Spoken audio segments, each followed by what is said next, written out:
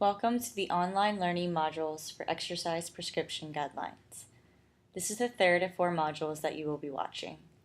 We ask that you do not look up any other materials in regards to the information that you're about to see. Feel free to take notes throughout if you would like. For more information on the topics covered in this module, please visit the host website of exercise-prescription.web.unc.edu.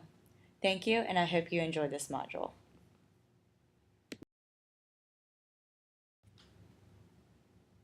This third module is on the American College of Sports Medicine's guidelines for flexibility training. It is important to note that these modules are focused on the guidelines for sedentary, healthy individuals.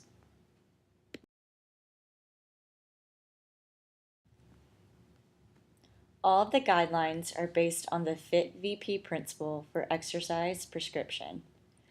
The objectives for this module are to learn the FIT-VP principle in relation to the ACSM's flexibility training guidelines. It is expected that students will be able to know the frequency, intensity, time, type, volume, and progression of recommended flexibility training after watching this module. First, let's go over what flexibility is. Flexibility is defined as the ability to move a joint through a full range of motion with ease. Now let's go on to the importance of flexibility training.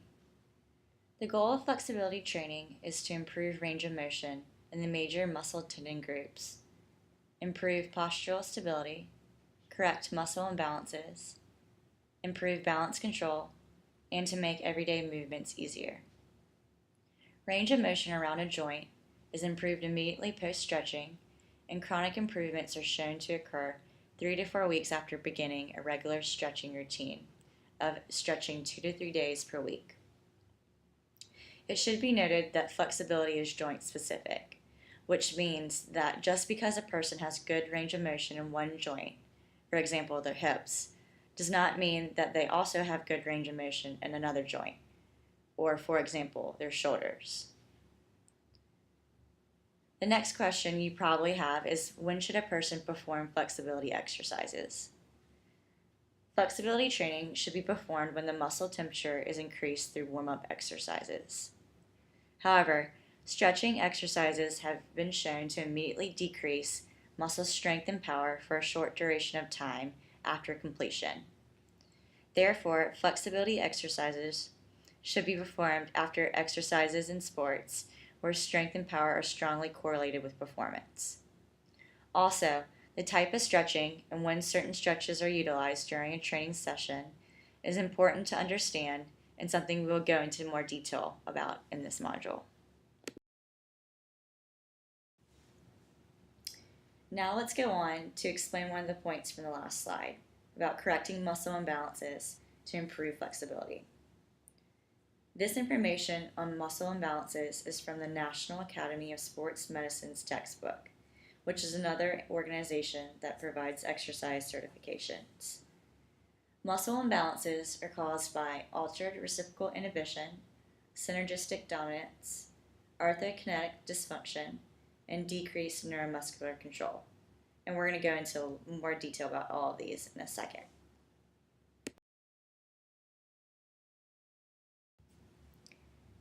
Before we go into detail about the information on this slide, let's first talk about agonists, antagonists, and synergist muscles. When you have muscles performing an action, such as flexion and extension, you have an agonist muscle as well as an antagonist and synergist muscle, or muscles. The agonist is the primary muscle involved in the movement performed. The antagonist is the opposing muscle to the one performing the action, which must relax as much as possible to let the agonist contract. And finally, the synergist is the muscle or muscles that assist the agonist in its action. Now let's talk about reciprocal inhibition. Reciprocal inhibition naturally allows movement to occur. It is the simultaneous relaxation of one muscle and the contraction of its antagonist. So for example, during a bicep curl, the triceps are going to relax to allow the bicep muscle to contract. Now, let's move on to altered reciprocal inhibition. This is caused by a tight agonist muscle decreasing the neural drive to its antagonist. So, for example, tight hip flexor muscles decrease the neural drive to the gluteus maximus. In this example, the hip flexors become overactive in order to make up for the decrease in neural drive to the gluteus maximus, which, if not corrected, can lead to potential injury. Muscle imbalances can also be caused by synergistic dominance and arthrokinetic dysfunction. Synergistic dominance is the neuromuscular phenomenon that occurs when inappropriate muscles take over the function of weak or inhibited prime movers. An example of synergistic dominance can be seen with the glutes and the hamstrings. If the glutes are not activated during a movement, then the hamstrings, which are the synergist muscle for hip extension, have to work harder to produce the same force without the use of the glutes. The result of synergistic dominance is faulty movement patterns that will eventually lead to injury if not fixed. Now let's move on to arthrokinetic dysfunction. This might not be a term that you've heard before, but arthrokinematics refers to the motion of the joints. So therefore, arthrokinetic dysfunction refers to the altered forces at the joint that result in abnormal muscular activity and impaired neuromuscular communication at the joint.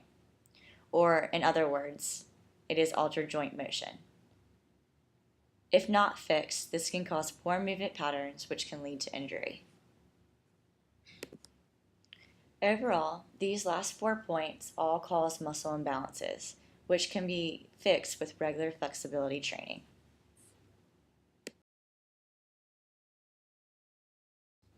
This is a figure taken from the National Academy of Sports Medicine's book, which summarizes what we were just talking about with muscular imbalances. You can see here that altered reciprocal inhibition, synergistic dominance, and arthrokinetic dysfunction all lead to altered neuromuscular control. This can result in tissue fatigue, which results in cumulative injuries, which cycles back to muscular imbalances.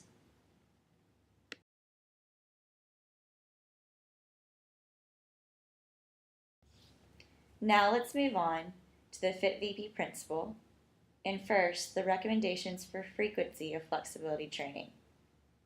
Remember that the frequency of physical activity is the number of days per week dedicated to performing physical activity. The ACSM recommends that sedentary, healthy adults perform 2 to 3 days per week of flexibility training, with daily stretching being most effective.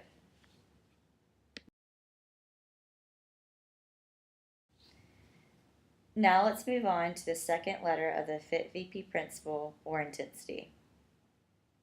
The ACSM recommends that a person stretch to the point of feeling tightness or discomfort, but not to pain.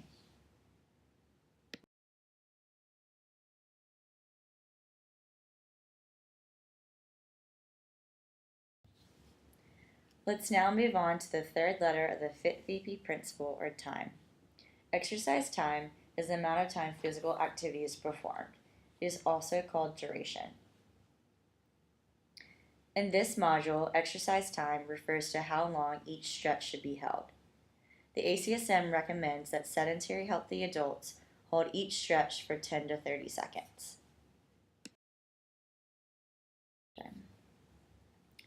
Let's now move on to the fourth letter of the FIT-VP principle, or type. The ACSM recommends that sedentary healthy adults perform stretches that target the major muscle tendon units of the shoulder girdle, chest, neck, trunk, lower back, hips, posterior and anterior legs, and ankles. Now let's continue on with the recommendation. The ACSM recommends many different kinds of stretching, including ballistic, dynamic, static, active static, passive static, and proprioceptive neuromuscular facilitation, or PNF, We'll go into more detail in the following slides.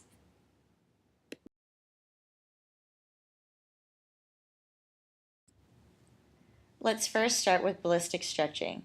Ballistic stretching is the use of momentum or bouncing of a body segment to produce a stretch. This type of stretching is very controversial because it can cause injury to the connective tissue if the stretch is performed too quickly or if a joint's range of motion is overly exceeded. This type of stretching might also seem counterintuitive. During ballistic stretching, a muscle is lengthened at a quick rate. Inside the belly of the muscle is a sensory receptor called the muscle spindle. The muscle spindle detects changes in length and the rate of changes in length of a muscle. The muscle spindle protects the muscle from overstretching and causing muscle fiber damage by sending an impulse to the spinal cord for the muscle to contract. This is called the stretch reflex.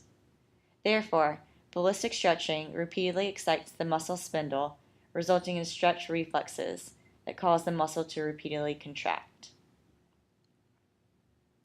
However, the ACSM advises that ballistic stretching may have a place in warm-ups for workouts that involve movements that are similar to ballistic movements performed. The ACSM cites an article on basketball players in the Journal of Sports Conditioning and Research in support of ballistic stretching. The researchers found that vertical jump height significantly increased 20 minutes post-basketball play after performing ballistic stretches prior to playing. The article can be found at the end in the references.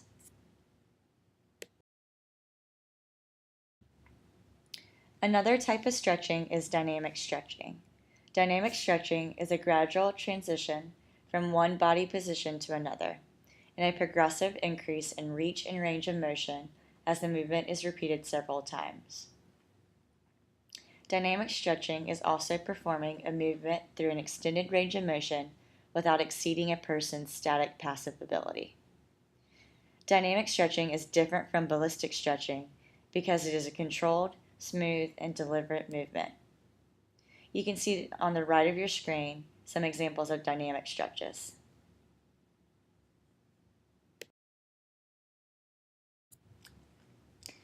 Another type of stretching is static stretching. Static stretching is slowly stretching a muscle tendon group and holding the position for a period of 10 to 30 seconds. Static stretching can be active or passive. The point of static stretching is to gradually lengthen a muscle through performing and holding a stretch for a long enough period of time, say 10 to 30 seconds, for the Golgi tendon organ to override the muscle spindle in the same muscle. This is called autogenic inhibition. We'll go into a little bit more detail about that later.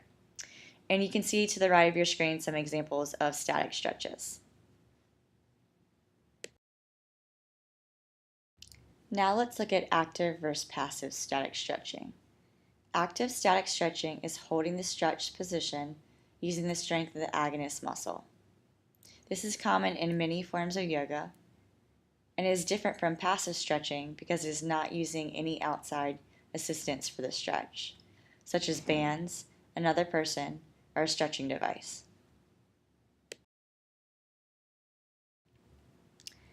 Now, passive static stretching is different than active static stretching because during passive static stretching, a person is assuming a position while holding a limb or other part of the body with or without the assistance of a partner or device. So in other words, they're using outside devices to help them with the stretch, such as bands or another person or a stretching device, body weight, leverage, or gravity.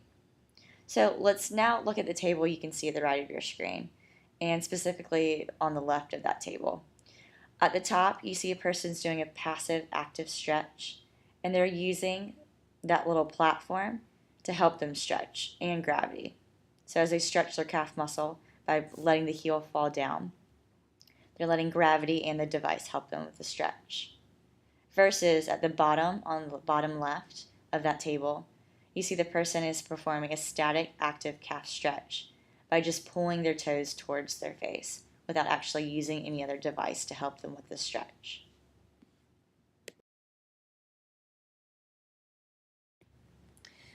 Let's now look at proprioceptive neuromuscular facilitation, which is commonly called PNF stretching. During PNF stretching, a person holds a light to moderate contraction of around 20 to 75% of their maximum voluntary contraction for 3 to 6 seconds. This is followed by an assisted stretch for 10 to 30 seconds and should be repeated 4 to 5 times. There are 3 different ways to do PNF stretching. In this module, we're going to focus on the hold relax technique, but the 2 other techniques are the contract relax technique and the hold relax opposing muscle contract technique. So let's now look at how PNF stretching would be completed for the hamstrings using a partner to assist in the stretch. During the hold relax technique, the person first starts by lying on the floor in a supine position with one leg extended on the floor and the other in the air as close to a right angle as possible. The partner places a hand behind the heel and a hand right above the knee of the stretching leg to keep the leg straight. The partner will then press the heel towards the person's chest until they feel a mild stretch. This stretch is held for around 10 seconds and is called the pre-stretch. The person stretching will then perform an isometric contraction of the hamstrings, or in other words, try to push against the partner's hand that is holding up their leg without actually moving the leg. This will be held for 3 to 6 seconds and then the person relaxes. The partner will then press the person's leg closer to their chest until they feel a mild discomfort again. This will be held for 10 to 30 seconds. This technique works because it causes autogenic inhibition of the hamstrings and relies on the firing of the Golgi tendon organ to cause reflexive muscle relaxation.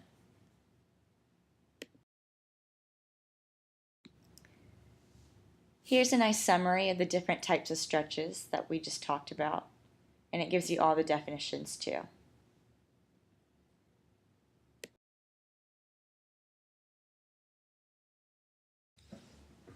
Let's now move on to the next letter of the VP principle, or the volume of flexibility training.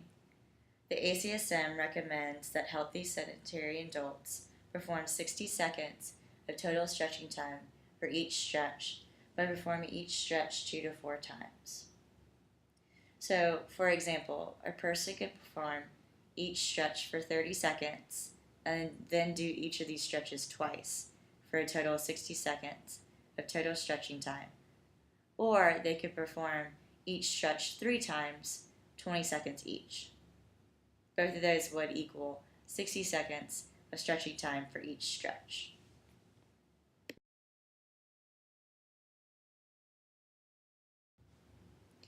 Now on to the last letter of the VP principle, or the progression of flexibility training.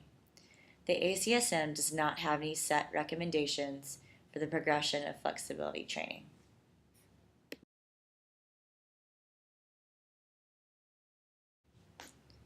Here's a summary slide of the ACSM's recommendations for flexibility training for healthy sedentary adults based off of the VP principle.